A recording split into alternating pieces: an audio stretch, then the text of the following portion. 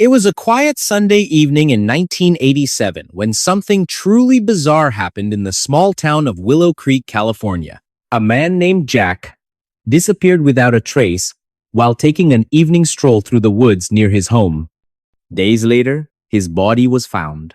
But what made it so unsettling wasn't just how far he had traveled from where he vanished. It was the condition of his remains and the lack of answers surrounding his death. His clothes were intact, yet his body bore signs of trauma that no one could explain. Hi everyone, you're listening to Thousand Fragments, the moment no one saw, the memory no one kept. I'm bringing it back. Drop a comment below and let me know where you are today. I'm all ears. And let's begin. Willow Creek is nestled deep within the heart of Northern California, surrounded by dense forests and rolling hills. It's the kind of place where everyone knows each other and life moves at a slow pace. Jack lived here with his wife and 2 children in a modest home on Maple Street. To those who knew him, Jack was the epitome of normalcy, a hardworking father, a devoted husband, and someone who loved nothing more than exploring the wilderness nearby. On weekends, he often took long hikes through the trails, immersing himself in nature as a way to unwind from the stresses of daily life. But that evening in November 1987 would change everything for Jack and for the town he called home. The day began like any other. After dinner, Jack told his family he was going out for a quick walk before bed. He slipped into his favorite leather jacket, grabbed a flashlight, and stepped outside into the crisp autumn air. His wife waved goodbye, assuming he'd be back within an hour or so. But as the hours ticked by, worry crept in. By midnight, she realized something was wrong and called the sheriff's office. When deputies arrived, they quickly organized a search party consisting of neighbors, friends, and local volunteers. The forest was pitch black, illuminated only by flashlights and moonlight filtering through the canopy. Despite their best efforts, there was no sign of Jack. As days turned into weeks, theories swirled around the community. Some suggested foul play, perhaps Jack had stumbled upon something dangerous during his walk. Others believed he might have wandered off too far, disoriented in the dark. But none of these explanations seemed plausible once his body was discovered nearly 3 miles away from where he disappeared. What shocked investigators even more was the state of his remains. His clothing remained undisturbed, but his body showed clear signs of physical violence, broken bones, bruising, and cuts that didn't match typical wildlife attacks. It was as if whoever or whatever took Jack wanted to leave behind cryptic clues rather than definitive answers. Let's rewind to understand the man behind the mystery. Jack was a well-liked figure in Willow Creek, known for his calm demeanor and love for adventure. At 45 years old, he worked as a carpenter during the week, but spent most of his free time outdoors. Friends described him as physically fit, capable, and confident in the wilderness. Yet, despite his experience, Jack seemed unusually restless leading up to that fateful night. According to his wife, he mentioned feeling watched several times over the past few months, though he couldn't pinpoint why. She dismissed it as stress, attributing it to long hours at work and financial pressures. Little did she know, this feeling of being observed would soon become chillingly relevant. Back to the present. Investigators pored over evidence collected from the scene. Footprints matching Jack's boots were found leading away from the house, but after about half a mile, they abruptly stopped. There were no signs of struggle, no blood trails, nothing to indicate anything unusual until his body was discovered weeks later. One detail stood out above the rest, a strand of hair tangled in a bush near the trail. DNA testing confirmed it belonged to Jack, but further analysis revealed traces of an unknown substance embedded in the strands. Was this residue contamination? Or could it point towards something else entirely? Public fascination with the case grew exponentially thanks to burgeoning true crime podcasts and documentaries. Among them was Time's Whispers in the Woods*, hosted by investigative journalist Linda Hayes. Each episode combined archival footage, expert analysis, and newly uncovered evidence to paint a vivid picture of events surrounding that fateful night. Listeners became armchair detectives, debating theories ranging from elaborate hoaxes to tragic accidents. During one particularly heated discussion forum, a listener named Brian Carter posed a thought-provoking question. What if Jack wasn't taken by human hands? What if there's another explanation altogether? This theory sent shockwaves through the true crime community, drawing both admiration and skepticism. Fast forward to 2010, and advancements in forensic technology offered new hope. A team led by Dr. Emily Grant, a renowned forensic psychologist, revisited old evidence using cutting-edge techniques unavailable during the initial investigation. One breakthrough involved analyzing fibers found under Jack's fingernails.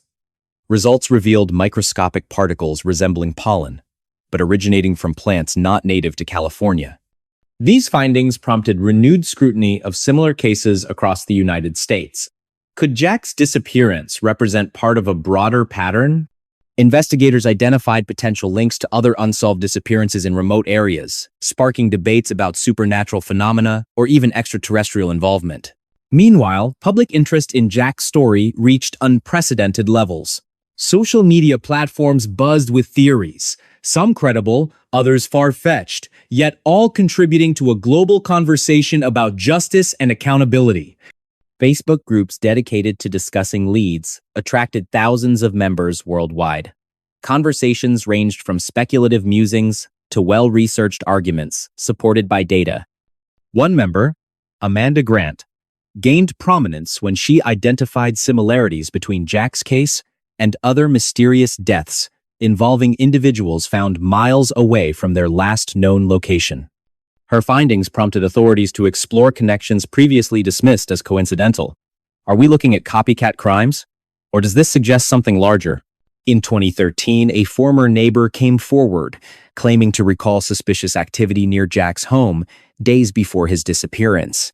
Though vague, these recollections sparked new lines of inquiry.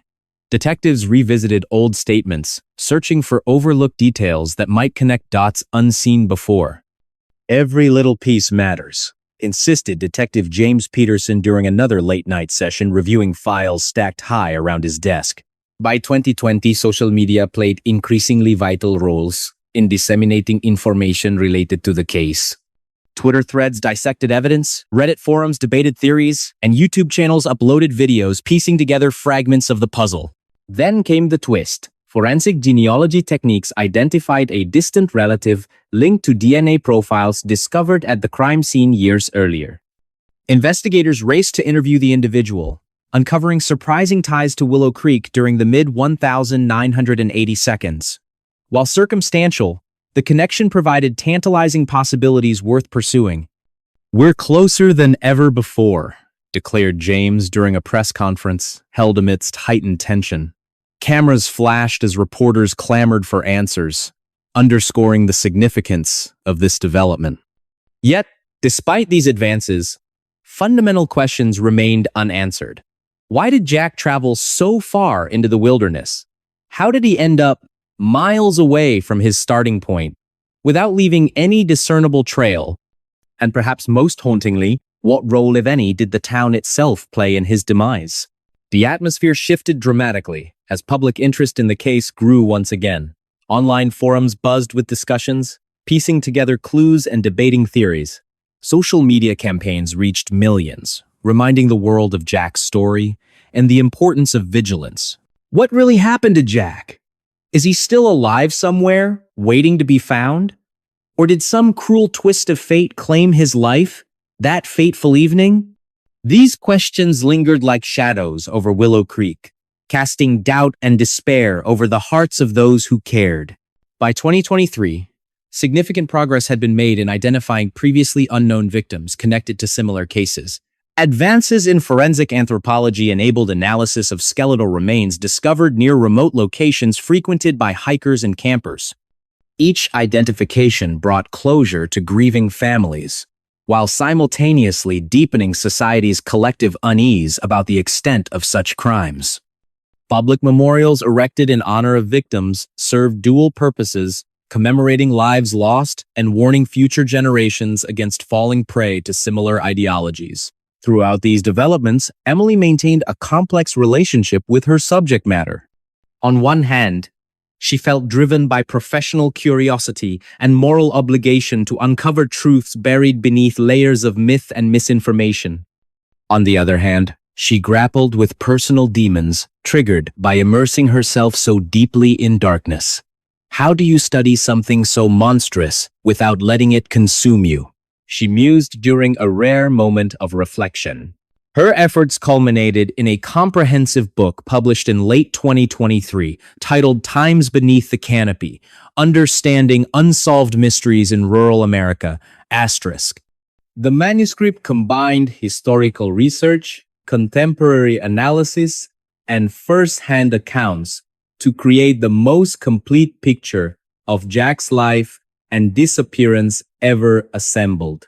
It resonated strongly with readers, sparking widespread discussions about mental health, criminal justice reform, and the nature of evil itself.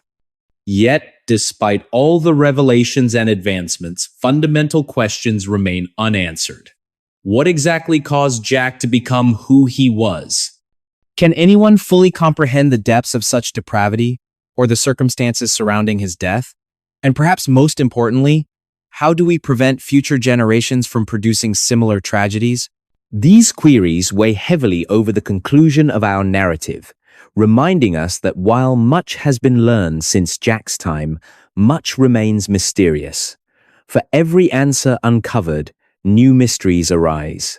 As Emily puts it poignantly during a final interview, we may never fully understand Jack or anyone like him, but understanding ourselves better might help stop others from following in his footsteps. So, as we close this chapter of exploration into one man's descent into chaos, let us also consider what lessons it holds for humanity moving forward. Because only by confronting our darkest fears can we hope to illuminate paths toward light and redemption. Or will the shadows always hold sway, reminding us of the limits of human understanding? Now, imagine yourself walking through your neighborhood after hearing this tale. Who knows what secrets lie beneath the surface? And remember, while stories like Jack's may terrify us, they also remind us of our capacity to overcome adversity. Because in the end, it isn't the darkness that defines us, it's how we choose to respond to it. Do you believe the case will ever be fully solved? Or does its identity remain forever shrouded in darkness? As we ponder these questions, let us remember the life touched and tragically ended by this horrific act. Because only by honoring his memory can we hope to move forward, armed with knowledge and fortified by compassion. And that was another story lost in time. But stay with me, because there's still more waiting in the shadows. What do you think happened to Jack? Let me know in the comments below. Your thoughts matter, and they shape the stories I share next. So go ahead, type it out, and hit send. I'll see you there.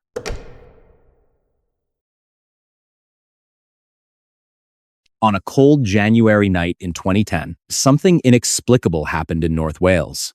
A brilliant mathematician and code breaker employed by one of the most secretive intelligence agencies in the world was found dead inside his own home under bizarre circumstances. His body lay twisted into an unnatural position, surrounded by cryptic notes and mathematical equations scrawled across the walls. The coroner's report would later reveal ligature marks around his neck, suggesting strangulation. But the real mystery wasn't just how he died. It was who or what was responsible. Was it foul play? Suicide? Or could there be another explanation entirely? Hi everyone. You're listening to Thousand Fragments. The moment no one saw, the memory no one kept. I'm bringing it back. Drop a comment below and let me know where you are today. I'm all ears. And let's begin. Our protagonist lived a life shrouded in secrecy. A highly intelligent individual with an affinity for puzzles and patterns, he worked as a cryptanalyst during the day, deciphering complex codes for his government agency. By night, however, he immersed himself in elaborate experiments, testing theories about human consciousness and alternate dimensions. To those who knew him, he seemed like any other young professional, a quiet man living alone in a modest apartment, keeping to himself but occasionally engaging in polite conversation with neighbors.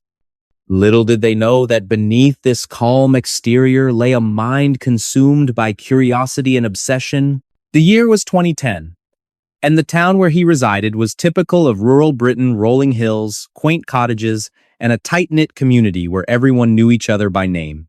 Yet within this serene setting, our subject thrived on isolation. He spent countless hours locked away in his room, poring over books on quantum mechanics, cryptography, and psychology. Neighbors rarely saw him, except for brief moments when he ventured out to buy groceries or take evening walks along the nearby coastline. Even then, his demeanor remained distant, almost robotic, as though he existed in two worlds simultaneously. But everything changed on January 2nd, 2010. That morning, police arrived at his door after receiving a call from concerned neighbors who hadn't heard from him in days. What they discovered inside sent shockwaves through both the local community and international intelligence circles. There, sprawled awkwardly on the floor, was the body of a genius whose work had once been critical to national security. At first glance, the scene appeared chaotic: papers scattered everywhere, furniture overturned, and strange symbols drawn in chalk on the walls. But upon closer inspection, investigators realized this chaos was deliberate, part of some larger puzzle left behind by the victim himself. As days passed, details emerged that only deepened the mystery. Surveillance footage showed him entering his building late at night, carrying a bag filled with unknown items. No one else entered or exited the premises during the hours leading up to his death. Autopsy results indicated signs of struggle, yet no defensive wounds were found on his hands. His computer was encrypted beyond recognition, containing files labeled with enigmatic titles such as Project Omega and Dimensional Shift. Despite efforts by top cybersecurity experts, much of its contents remain inaccessible even today. Let's rewind to understand the man behind the mystery. Born into a middle-class family, he excelled academically from an early age, earning scholarships to prestigious universities and eventually landing a job with MI5 due to his unparalleled skills in mathematics and problem-solving. Colleagues described him as eccentric but brilliant, capable of solving problems others deemed impossible. However, outside work, his personal life grew increasingly erratic. Friends reported hearing stories about strange dreams and visions he claimed to experience while working on classified projects. Some suggested these episodes might have stemmed from stress or exhaustion. Others whispered darker possibilities involving espionage or covert operations gone wrong. In the months before his death, he became obsessed with ideas about parallel universes and wormholes. During one particularly heated discussion with a colleague, he reportedly said, "I've seen things no one should ever see. Places no one should ever go." These words haunted many afterward, especially since they mirrored discoveries made years later regarding anomalies in his research data. Could his fascination with theoretical physics have led him down dangerous paths? Or was there more to his disappearance than met the eye? Then came the twist. Forensic analysis revealed traces of cyanide in his system, raising suspicions of poisoning. Yet, further investigation uncovered no signs of forced entry or struggle, making suicide seem plausible at least initially. But why would someone so deeply involved in high-stakes intelligence work choose such a dramatic exit? Moreover, why leave behind such intricate clues pointing toward conspiracy rather than closure? Authorities dug deeper, uncovering disturbing evidence linking him to various unsolved cases across Europe. One file contained photographs of unidentified individuals believed to be foreign spies.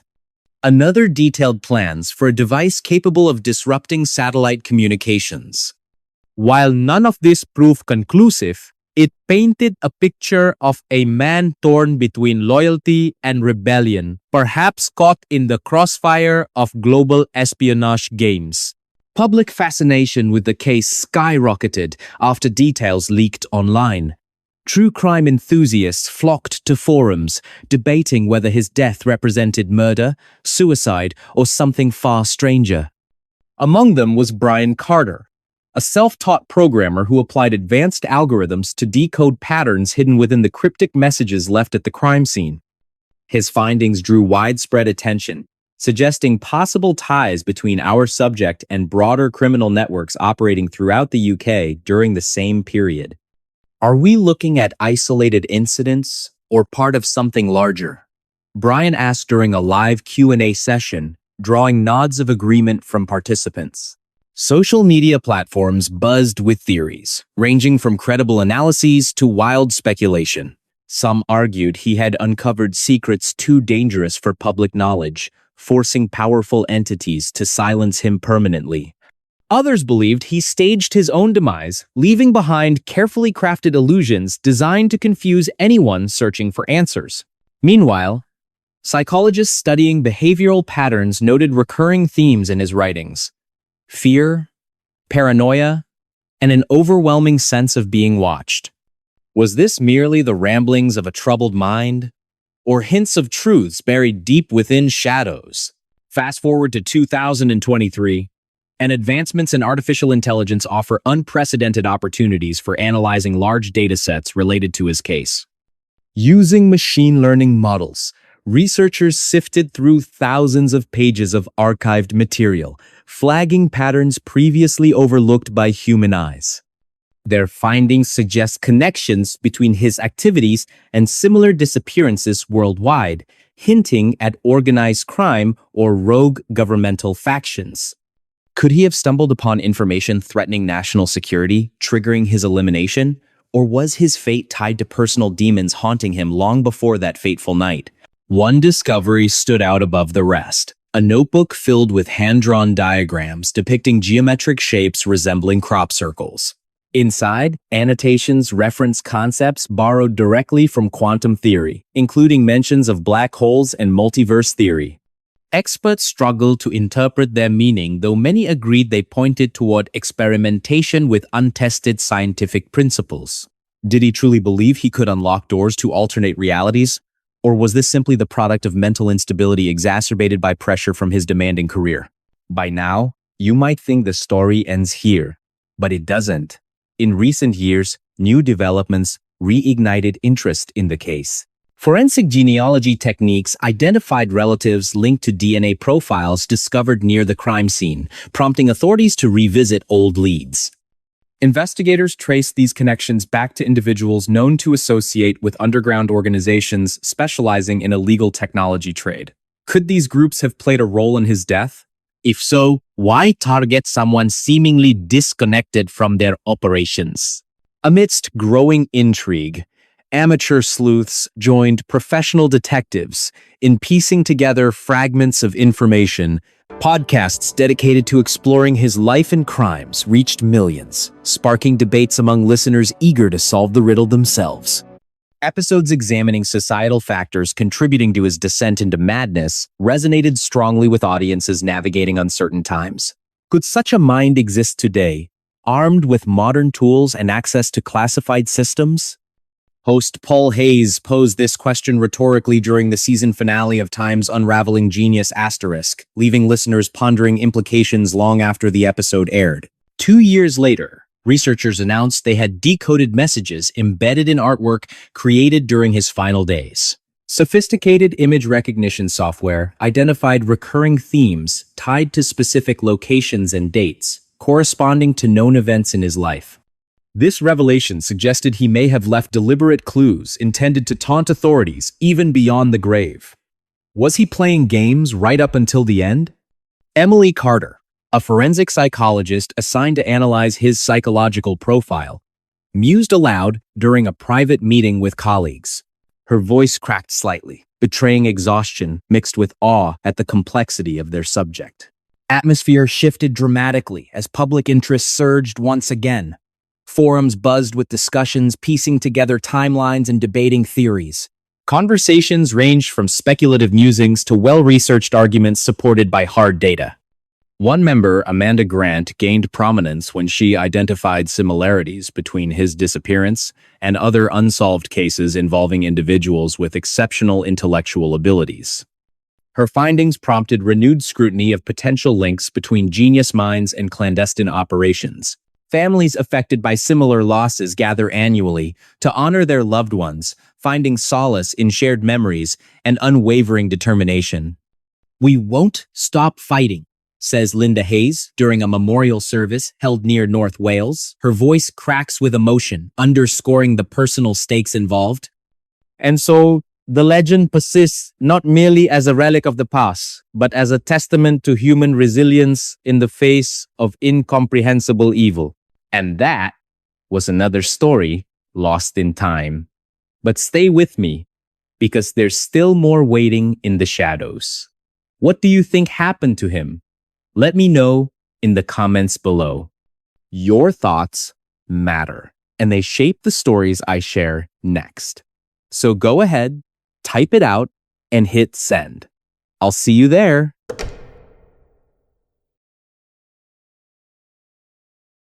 It was a hot summer day in 1985 when something truly bizarre happened in rural Georgia.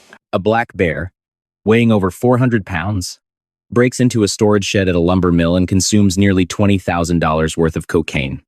The scene that followed would leave investigators baffled, locals stunned, and the media scrambling for answers. This wasn't just any animal encounter. It was an event that defied logic and sparked debates about what really drove the bear's behavior. Hi everyone, you're listening to Thousand Fragments, the moment no one saw, the memory no one kept. I'm bringing it back.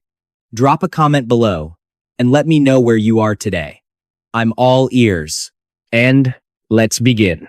The story begins in the small town of Lake City, Georgia, nestled deep within the heart of the American South. It's here that the Georgia Pacific Lumber Mill operated a bustling hub of activity, surrounded by dense forests and rolling hills.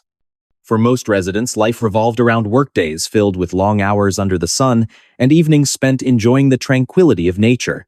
But on that fateful day, everything changed. When a routine call to the authorities turned into one of the strangest cases ever recorded. At first glance, the situation seemed simple enough. Employees at the lumber mill reported hearing loud noises coming from their storage shed late at night. When they arrived to investigate, they found chaos, shattered containers, claw marks everywhere, and signs of forced entry. What they didn't expect to find was evidence pointing to a highly unusual suspect, a black bear who had broken in and devoured massive amounts of cocaine stored inside. Yes, cocaine. The details emerged quickly. Investigators determined that the bear had stumbled upon a stash of drugs hidden near the property. Local law enforcement believed traffickers might have used the remote location as a temporary drop-off point before transporting the contraband elsewhere. Somehow, the bear managed to break through barriers, locate the drugs, and consume them without hesitation. By morning, the creature was spotted wandering erratically through the woods nearby, behaving in ways that left witnesses both terrified and confused. Let's rewind to set the scene. Black bears are native to Georgia, but encounters with humans typically involve curiosity rather than aggression. They're known to be attracted to food sources, especially sweets or high-calorie items. However, this case took things to another level entirely. How did a bear end up consuming such a large quantity of cocaine? Was it purely accidental, or could there have been more to the story? As days passed, questions mounted. Witnesses described seeing the bear staggering through the forest, its movements sluggish and erratic. Some claimed it appeared disoriented, almost like it was hallucinating. Others reported hearing strange noises echoing through the trees, sounds unlike anything they'd heard before. One local hunter even swore he saw the bear staring blankly at him, as if frozen in place, before slowly retreating into the brush. These accounts painted a picture of a creature deeply affected by its unexpected meal. Authorities sprang into action, deploying wildlife experts and forensic teams to analyze the scene. Initial reports suggested the bear ingested between 10 to 15 kilograms of cocaine, a dose so massive it should have killed any living being instantly. Yet, somehow, the animal survived. Biologists speculated that the bear's digestive system might have processed the drug differently, allowing it to endure despite the extreme toxicity. Still, many couldn't help but wonder, was this just biology at play? Or was there something else driving the bear's survival? Meanwhile, public fascination grew exponentially. Newspapers across the country ran headlines like "Cocaine Bear Roams Georgia Woods" and "Drugged Bear Baffles Experts." Television networks sent crews to cover the unfolding mystery, capturing interviews with locals who shared their shock and disbelief. A man named Bill recounted how his dog barked uncontrollably during the night, only to cower in fear when the bear appeared outside his home early the next morning. "I've never seen anything like it," he said, his voice trembling slightly. "It was like the bear wasn't even aware we were there." Days turned into weeks as search efforts intensified. Helicopters scoured the skies, while ground teams combed through the thick underbrush. Despite these efforts, the bear remained elusive. Then came the twist. Months later, a group of hunters discovered the bear's body deep within the wilderness. Autopsies revealed traces of cocaine still present in its system, confirming the earlier reports. But what made this discovery even stranger was the condition of the carcass. It appeared relatively intact, with no signs of predation or injury. Why hadn't the bear simply wandered off and died somewhere untraceable? And why did it choose this particular location? This revelation prompted renewed scrutiny of the events leading up to the bear's death. Could the animal have been lured to the storage shed intentionally? Some theories suggested human involvement, either accidental or deliberate. Perhaps traffickers discarded the drugs carelessly, unaware of the consequences. Or maybe someone tampered with the bear, using the drugs as part of an experiment gone wrong.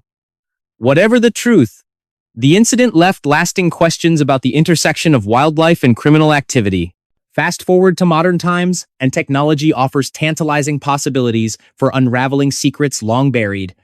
Advances in artificial intelligence now allow researchers to analyze vast datasets related to similar incidents, flagging patterns previously overlooked by human eyes.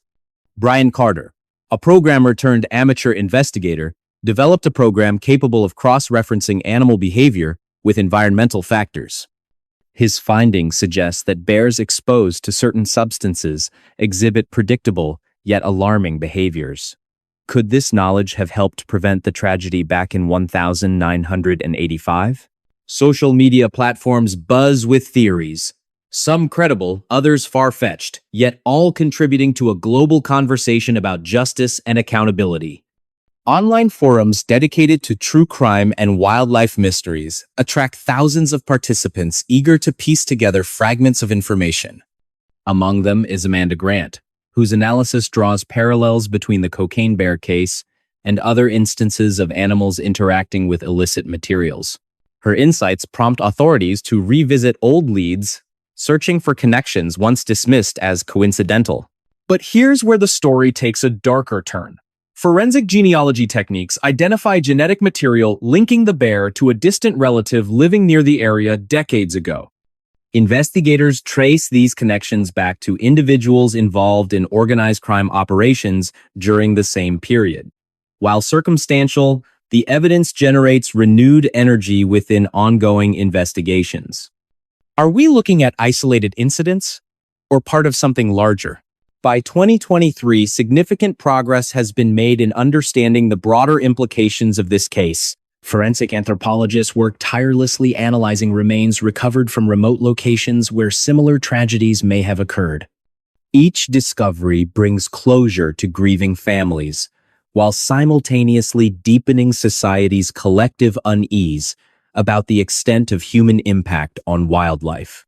Public memorials erected in honor of victims serve dual purposes, commemorating lives lost and warning future generations against falling prey to similar ideologies. Throughout these developments, Emily Grant, maintains a complex relationship with her subject matter. On one hand, she feels driven by professional curiosity and moral obligation to uncover truths buried beneath layers of myth and misinformation. On the other hand, she grapples with personal demons, triggered by immersing herself so deeply in darkness. How do you study something so monstrous without letting it consume you? She muses during a rare moment of reflection. Her efforts culminate in a comprehensive book published in late 2023 titled Times Beyond the Forest: Understanding Human-Wildlife Conflict **. The manuscript combines historical research, contemporary analysis, and first-hand accounts to create the most complete picture of the era's challenges ever assembled. Yet, despite all the revelations and advancements, fundamental questions remain unanswered. What exactly caused the bear to act as it did? Can anyone fully comprehend the depths of such depravity, whether human or animal? And perhaps most importantly, how do we prevent future generations from producing similar monsters?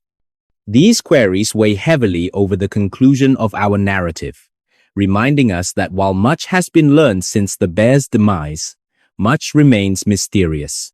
For every answer uncovered, new questions arise. As Mark Thompson puts it poignantly during a private meeting with colleagues, we may never fully understand what happened that day, but understanding ourselves better might help stop others from following in those footsteps. So as we close this chapter of exploration into one bear's descent into madness, let us also consider what lessons it holds for humanity moving forward. Because only by confronting our darkest fears can we hope to illuminate paths toward light and redemption. Or will the shadows always hold sway, reminding us of the limits of human understanding? Now, imagine yourself walking through the woods after hearing this tale. Who knows what secrets lie beneath the surface? And remember, while stories like the cocaine bear may terrify us, they also remind us of our capacity to overcome adversity. Because in the end, it isn't the darkness that defines us. It's how we choose to respond to it. And that was another story lost in time. But stay with me, because there's still more waiting in the shadows. What do you think happened to the bear? Let me know in the comments below. Your thoughts matter, and they shape the stories I share next. So go ahead, type it out, and hit send. I'll see you there.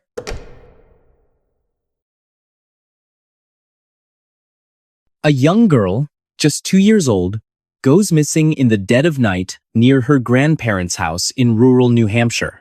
The family is gathered for a reunion, everyone within earshot, and yet no one notices when she vanishes into thin air. By morning, hundreds of volunteers are combing the woods, calling her name, searching desperately for any sign of her. Days pass, hope dwindles, and then just as suddenly as she disappeared, a miracle occurs. She's found alive on an island of mud in the middle of a swamp, miles away from where she was last seen. But here's the twist. There's no way she could have walked or even crawled that far without leaving a trace. And the water around her? It reaches up to her chest. Yet she's completely dry. Hi everyone! You're listening to Thousand Fragments. The moment no one saw, the memory no one kept. I'm bringing it back. Drop a comment below and let me know where you are today. I'm all ears. And let's begin. It was October 9th, 2010, in Richmond, New Hampshire, a small town nestled deep within the forested hills of the northeastern United States. This wasn't just any day. It was a special occasion for Rowan's family. His grandparents had organized a grand reunion at their home, a cozy single-story house surrounded by dense woods. To get there, visitors drove down a long driveway that wound through towering trees before opening up to a cleared backyard perfect for barbecues and gatherings. The scene was idyllic. Laughter filled the air as adults caught up over drinks, teenagers played football, and children ran wild chasing each other under the golden autumn Sunday. Rowan, only 2 years old, sat happily in the backseat of the car with his siblings as they arrived, Excited to see cousins and relatives he hadn't seen in months, he wasted no time jumping out and joining the chaos. Somewhere along the way, though, something caught his attention, a cat darting through the yard. Rowan loved animals, especially this particular feline who lived at his grandparents' house. Without hesitation, he followed it, giggling as the little creature led him deeper into the woods. Several adults noticed him running after the cat but dismissed it, assuming someone else would keep an eye on him. After all, how much trouble could a toddler get into in such a short time? But Rowan didn't return. Hours passed, and panic set in. His father called out for him, scanning the yard, the house, even the cars parked nearby. Nothing. Then came the dreaded realization. Rowan had gone too far into the woods. With every passing minute, the stakes grew higher.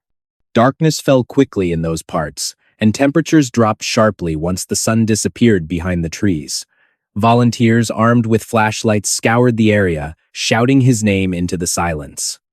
Local law enforcement arrived soon after, launching a massive search operation involving hundreds of people. ATVs roared through the underbrush, dogs sniffed the ground, and helicopters hovered overhead, their spotlights cutting through the darkness like surgical scalpels. Yet despite their best efforts, nothing turned up. No footprints, no cries for help, no sign of struggle. It was as if the earth itself had swallowed him whole. By morning, the search expanded further. Word spread quickly through the community, drawing in more volunteers eager to lend a hand. Among them were experienced hikers familiar with the terrain, hunters who knew the local wildlife, and parents haunted by the thought of losing their own child so inexplicably.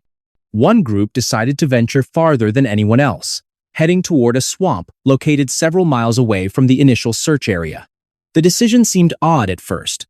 Why would a toddler wander so far? But desperation breeds creativity. As they trudged through knee-deep mud and tangled vegetation, the reality of the situation began to weigh heavily on them.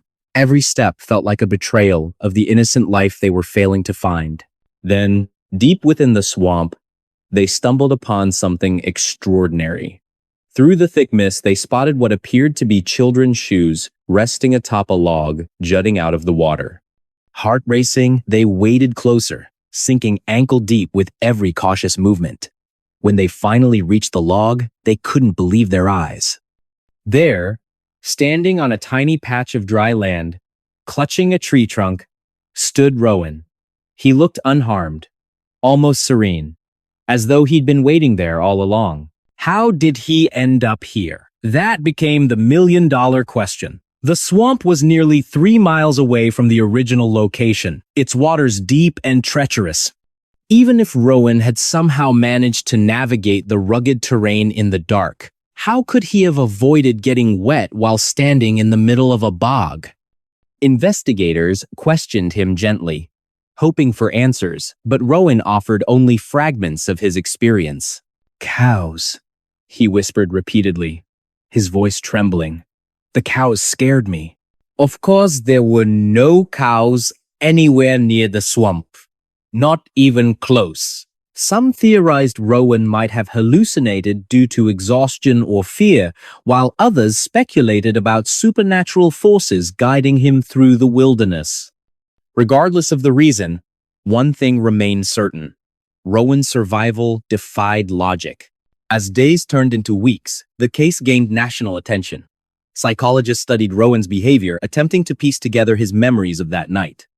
Detectives revisited the crime scene, analyzing every detail for clues. Was it possible someone had abducted him and left him in the swamp? If so, why? Why leave him alive, untouched, and miraculously dry? These questions lingered long after the media frenzy subsided, leaving behind a trail of unanswered mysteries. Fast forward to 2023, and technology offers tantalizing possibilities for unraveling secrets long buried.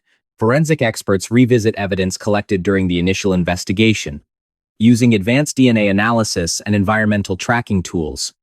Meanwhile, Social media platforms buzz with theories, some credible, others far-fetched, yet all contributing to a global conversation about safety, accountability, and the unknown. Families affected by similar losses gather annually to honor their loved ones, finding solace in shared memories and unwavering determination. "We won't stop fighting," says Linda Hayes during a memorial service held near Richmond. Her voice cracks with emotion, underscoring the personal stakes involved. Now, let's rewind to another case, one eerily similar yet equally perplexing. Geraldine, also just 2 years old, disappeared under bizarre circumstances in the heart of Georgia. Her family was enjoying a quiet evening at their cabin when Geraldine wandered off unnoticed. A frantic search ensued involving neighbors, friends, and eventually law enforcement. They scoured the surrounding woods, checked abandoned buildings, and searched nearby lakes. Days passed, and still, no sign of Geraldine. Hope faded, replaced by despair. Then came the twist. Weeks later, a fisherman stumbled upon skeletal remains near a remote stretch of riverbank roughly 40 miles from the cabin. Initial reports suggested Geraldine had drowned, but inconsistencies in the evidence raised red flags. For instance, traces of sedatives were found in her system, suggesting foul play. Additionally, locals reported seeing strange lights hovering over the area the night she vanished. Could these phenomena hold the key to her disappearance? Or were they merely coincidental anomalies? Detective James Peterson took charge of the case, poring over witness statements and re-examining physical evidence. During interviews, he uncovered unsettling details. One neighbor claimed to have seen a man lurking near the property days before Geraldine went missing. Another described hearing loud noises coming from the woods late at night. Piecing together these accounts, Peterson developed a theory. Geraldine may have fallen victim to someone close to the family, perhaps motivated by jealousy or revenge. However, not everyone agreed with Peterson's conclusions. Emily Carter, a forensic psychologist specializing in childhood trauma, proposed an alternative explanation. What if Geraldine hadn't wandered off alone? What if she encountered something or someone that frightened her into hiding? Carter pointed to cases where young children exhibited heightened awareness of danger, often retreating to secluded areas until help arrived. Could Geraldine have done the same, albeit in a far more extreme manner? Advancements in artificial intelligence provided fresh insights, sifting through thousands of pages of archived material to identify patterns previously overlooked. Brian Carter, a programmer turned self-taught investigator, flagged several instances where missing toddlers were discovered in unexpected locations, often miles from where they were last seen. His findings suggested a possible link between Geraldine's case and others across the region.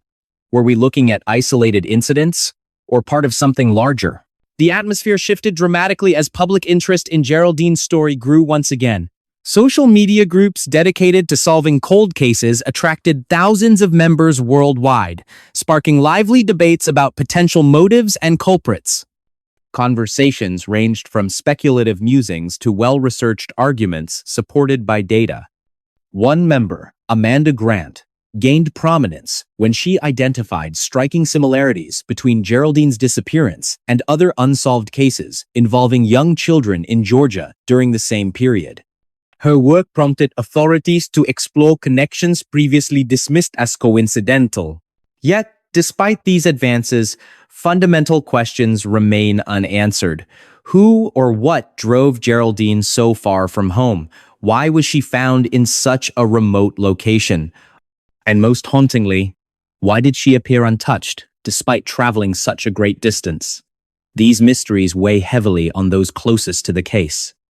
Detective Peterson finds himself haunted by dreams of shadowy figures whispering riddles he cannot solve. Emily Carter spends sleepless nights researching obscure archives, searching for patterns others might have missed. Even casual observers feel drawn into the vortex of uncertainty surrounding this infamous tragedy. As 2023 dawned, Researchers announced they had decoded messages embedded in artwork created by key suspects during their incarceration.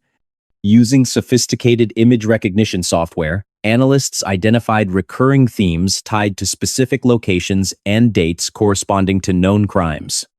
This revelation suggested the suspect may have left deliberate clues intended to taunt authorities even beyond the grave. Was he playing games right up until the end? Emily Carter asked during a private meeting with colleagues. Her voice cracked slightly, betraying exhaustion mixed with awe at the complexity of their subject.